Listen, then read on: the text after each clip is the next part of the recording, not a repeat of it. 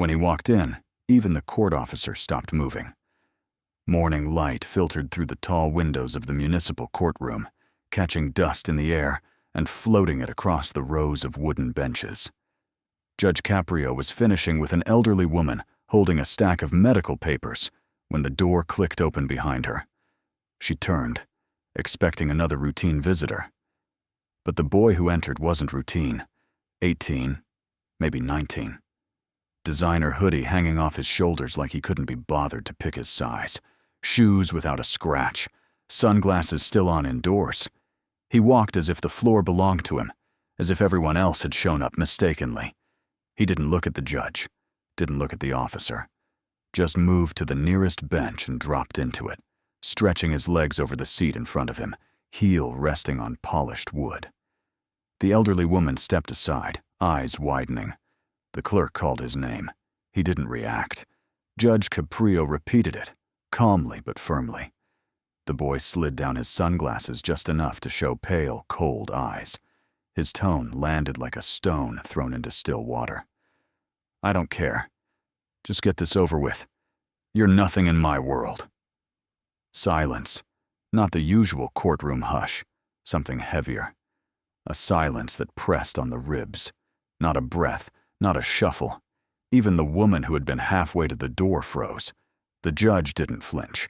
He closed the file in front of him with deliberate care, laid both hands on the bench, and studied the boy as if observing a tremor beneath calm water.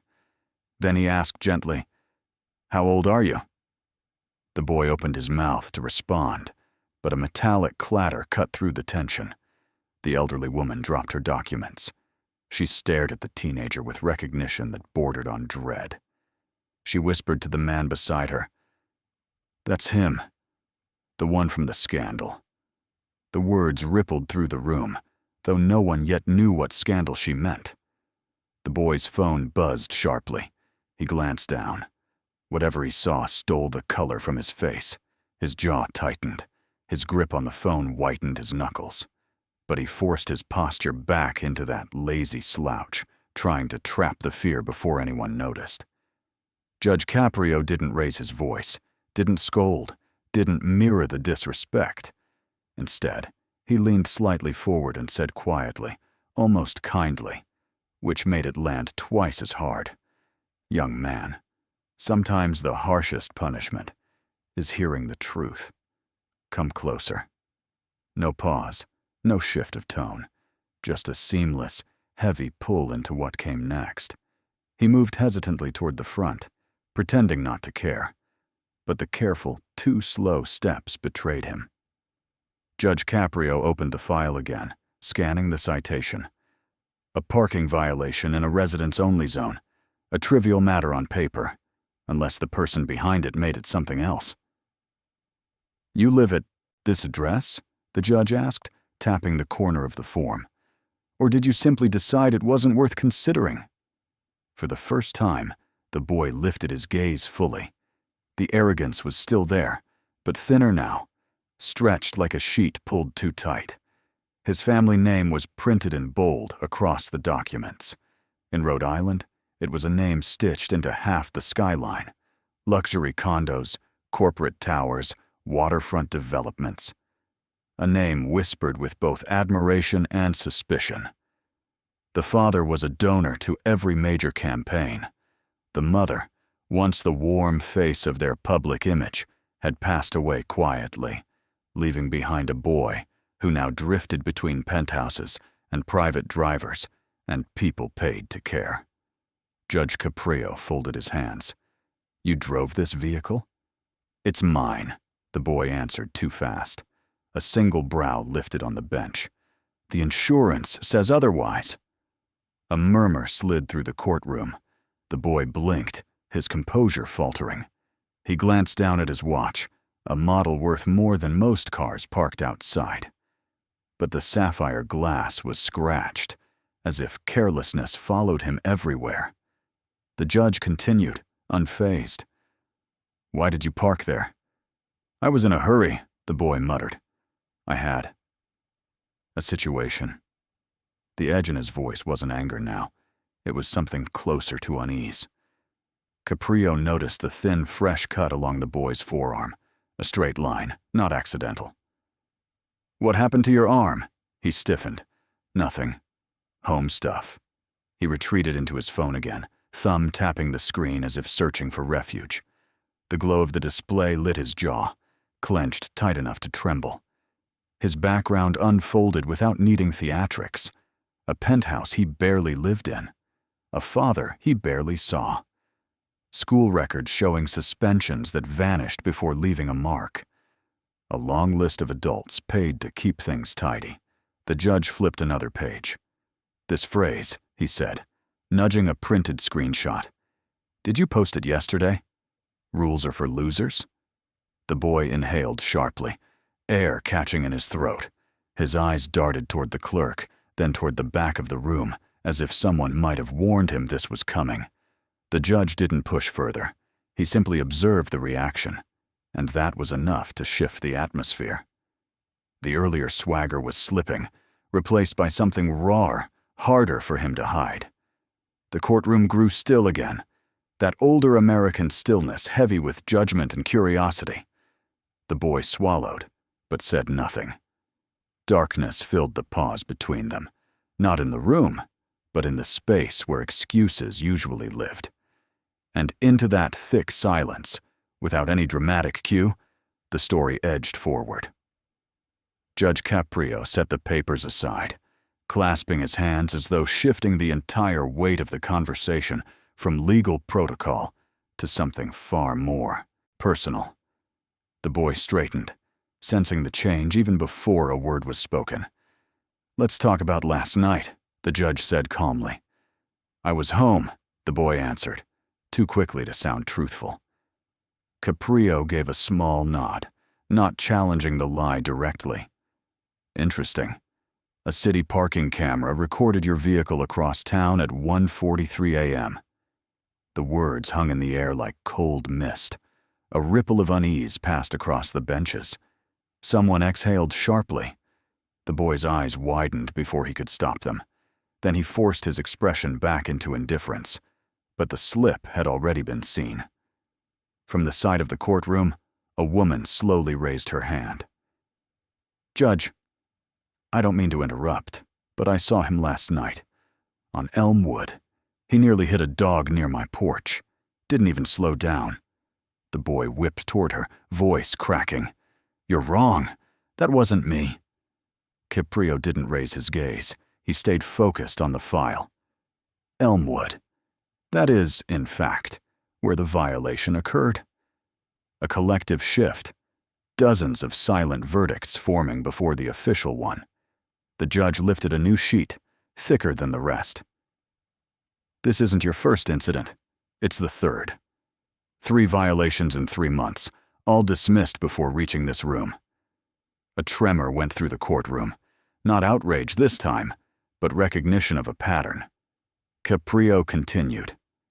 "Convenient clerical errors, lost citations, incorrect codes. Strange how they all favored you." The boy's shoulders curled in, as if dodging invisible blows. His confidence drained, leaving behind a teenager who suddenly looked his age. Small, tired, and cornered by truths he could no longer outrun. "You said you were home last night," Caprio repeated, softer now, but with a precision that cut deeper than accusation. "Yet you were across the city, alone, past 1 in the morning." "I just went for a drive," the boy muttered. His foot tapped uncontrollably, heel bouncing against the wooden floor. "A drive," the judge echoed, "to the same neighborhood where you've had 2 prior violations." Murmurs swelled again. Older voices, the sort that carried decades of lived experience and little patience for entitlement. The boy's throat tightened. He looked toward the exit as though measuring the distance to freedom, but he stayed rooted in place.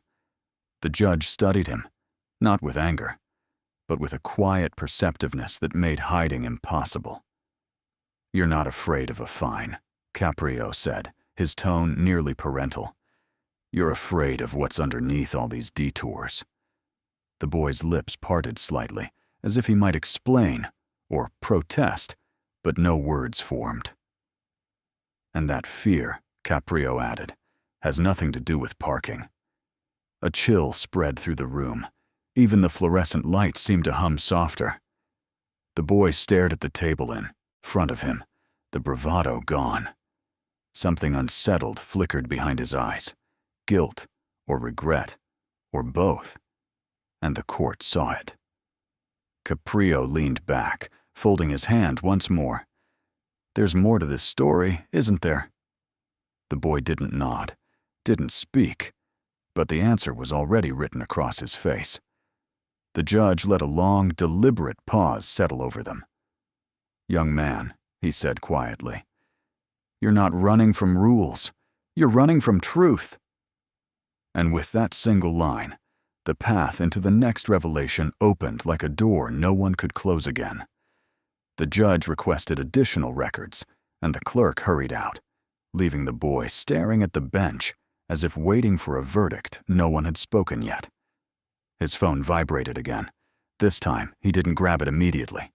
He only glanced, one quick look, and whatever message lit the screen drained the last traces of color from his face. Judge Caprio unfolded the documents just delivered. 3 violations, he said slowly, all in the same area. He tapped each sheet with the back of a pen. "That neighborhood is where your former school stands." A faint rustle passed through the room. Someone whispered, "That explains it," though no one knew what "it" meant yet. The boy's posture tightened, shoulders rising instinctively, like someone bracing for an incoming blow. "And each time," Caprio continued, "you were there between 1 and 2 in the morning." The boy's reply was thin, defensive. "It doesn't prove anything." But the tone had changed completely. No swagger, no contempt, just a shaky edge he couldn't hide. Before the judge responded, a voice came from near the door. "Judge, if I may." The court officer, a solid man in his late 50s, the kind who had seen far more than he ever commented on, stepped forward. His expression wasn't confrontational. It was weighted with recognition.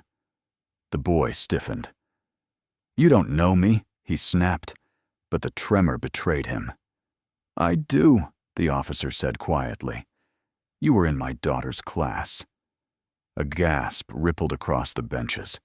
The boy shut his eyes for a moment, as if wishing the room away. "You were reckless back then, too," the officer continued, not unkindly. "But the night that changed everything, nobody talked about it. Not officially." Judge Caprio gestured for him to proceed. The officer spoke carefully, choosing each word, as if reopening a wound he hadn't wanted to touch. "There was a party near the school, kids throwing bottles, smashing lights. Someone tossed a rock at the building. It went through a window, hit a teacher who was locking up." He paused. That someone was him. Gasps scattered around the courtroom. Even the boy seemed momentarily stunned, hearing it spoken aloud, as if he'd spent months convincing himself it hadn't happened. The officer added, "No police report. No hearing. His family handled it. Everyone was told to keep quiet." The judge turned to the boy, voice steady. "You've been returning to that area. Why?" The silence stretched, long enough for the room to feel smaller. The boy swallowed hard. His eyes shone with something raw, fear or shame, impossible to tell. "I'm not trying to hurt anyone," he whispered. He stopped himself, jaw locking. Judge Caprio leaned in, tone soft but penetrating. "Are you looking for someone? Or trying to avoid someone?" The boy's breath caught. One single tear escaped despite his effort to blink it back.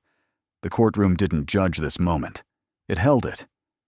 These were older Rhode Islanders, people who had raised children, lost siblings, forgiven, scolded, rebuilt. They watched not with cruelty, but with a heavy understanding. "You've been carrying something," the judge said. and it's wearing you down." The boy didn't answer. He didn't need to. The truth was visible in the tremble of his shoulders. Caprio closed the file. "This case stopped being about a parking space a long time ago," he said. "What you're avoiding is responsibility, and it's been chasing you for far more than 3 months." The room stayed utterly silent, waiting for what would come next, sensing that the breakthrough was finally near. But the hardest part had not yet been spoken. The judge's voice lowered. "It's time you stop running." And with that, the path into the emotional storm of the next chapter opened wide. The boy sat hunched forward, elbows on his knees, hands clasped so tightly his knuckles had gone pale. The courtroom no longer looked like a room to him, more like a spotlight he'd been shoved under, every regret illuminated. Judge Caprio observed him quietly before speaking. "You've been circling that neighborhood for months," the judge said. "Not because of fear of police or fines. Something else draws you there." The boy inhaled shakily, then let the breath out in a way that sounded close to surrender. "I wasn't driving around for fun," he whispered. "I was leaving something." The judge tilted his head. "What were you leaving?" The words barely made it out. "Letters." A murmur fluttered through the room, not judgment, but curiosity mixed with surprise. "To whom?" Caprio asked. The boy swallowed, throat working like someone forcing down a stone. "The teacher, the one who got hurt." The simplicity of the confession struck harder than any dramatic admission. The officer at the back of the room closed his eyes briefly, as though remembering the man. "I didn't know how to say I was sorry," the boy continued. "Every time I tried, someone told me not to. Lawyers, PR people, my father's assistants. They said it would reopen things. They said he didn't want to hear it." His voice cracked. "But I needed to say it." Some of the older folks in the gallery exchanged soft, knowing glances, the kind people give when they recognize a young person tangled in something far bigger than himself. The judge leaned forward. "You could have gone to him during the day. You could have spoken face to face." "My father forbade it," the boy said, barely audible. "He said I'd ruin everything, that I'd draw attention, that people would make it a story." A shadow crossed his features, loneliness shaped by years of being managed instead of raised. "Did you ever manage to speak to the teacher?" the judge asked gently. The boy shook his head. "No," he whispered. "Never." Caprio paused, then asked the hardest question, the one that reached into the hollow beneath the boy's ribs. "Did you ever apologize in person to anyone involved? Truly apologize? Not with money? Not through a representative?" "You." The boy blinked rapidly, fighting emotion. "No." "Then why tell me all this?" the judge asked softly. The boy's grip tightened on his phone. When he finally lifted it, his hand trembled. "Because," he said, voice breaking, "the teacher died last night." A stunned gasp broke across the room like a wave. A few people covered their mouths. Even the officer straightened, struck speechless. The boy held the phone out, screen glowing. "This message is from his daughter," he said. "She found one of my letters on the school steps. She said he'd been reading them. She said he hoped I'd come one day. He waited." His breath hitched. "And I never went inside." For a moment, it felt as though the whole courtroom leaned in, not physically, but emotionally, drawn into the gravity of a regret too heavy for someone so young. "I'm sorry," the boy whispered, but the words weren't directed at the judge. They were spoken to the air, to the man he'd never faced, to the moment he'd lost forever. Judge Caprio let the silence settle, not punishing, not accusatory, but allowing space for something fragile to surface. "You told me earlier," the judge said quietly, "that I was nothing. But the truth is, you've used that word to avoid people who mattered. You minimized rules, minimized others, minimized yourself. And now, you feel the cost of that. The boy closed his eyes, tears sliding freely now. Caprio continued, voice steady but compassionate. I won't reduce your fine. Not because of parking, but because honesty is worth more than leniency. The courtroom stayed still, absorbing the weight of that line. Then the judge added, in a lower, almost gentle tone, and now, I'm giving you an opportunity you denied yourself. The boy looked up, uncertain, waiting. The judge nodded once toward the clerk's desk.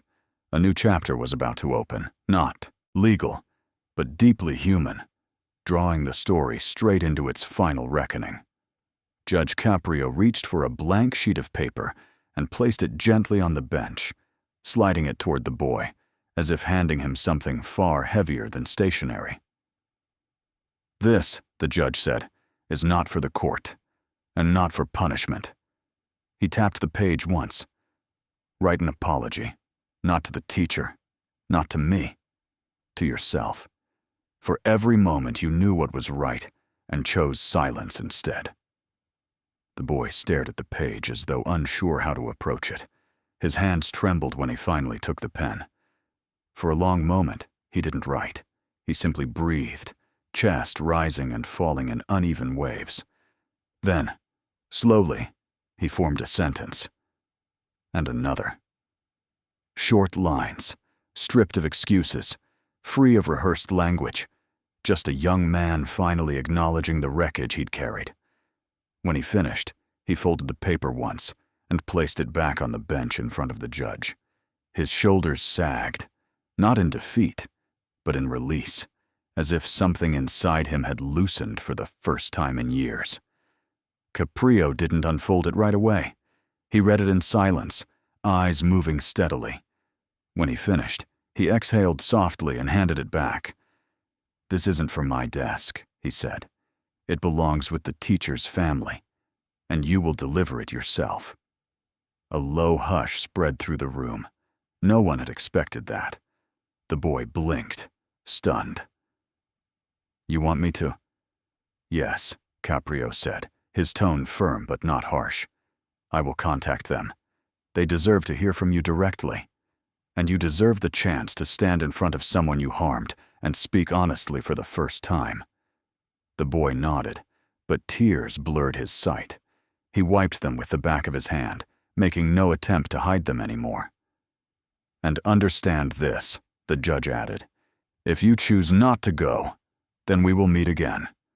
But that conversation will be far more difficult, and not about traffic. The message landed with clarity that left no room for interpretation. I'll go, the boy whispered. He stood, gathering his things slowly, as if uncertain how to move in this new version of himself. When he turned toward the exit, he stopped halfway, looking back at the judge. Really looking, without attitude or armor. Judge. His voice wavered, but he didn't look away. You're not nothing. You're the only adult who ever spoke to me like I mattered. A few people in the courtroom pressed their lips together, moved by the unexpected humility. Then the boy walked toward the door. Just before crossing the threshold, he paused, glanced once more over his shoulder, and stepped out. The door closed with a soft, final click. Judge Caprio watched the empty space for a moment before turning to the clerk. Record this, he said quietly. Case number. A brief pause. Continued on condition. The clerk hesitated. Condition, Judge? Caprio glanced toward the door, not with doubt, but with a faint, hopeful gravity. That he follows through. The room remained still, holding the echo of what had just unfolded. Not a punishment, not an ending, but the beginning of a reckoning the young man had avoided for too long. And as the morning docket resumed, those who witnessed it understood they had seen something rare. Not a verdict, a turning point,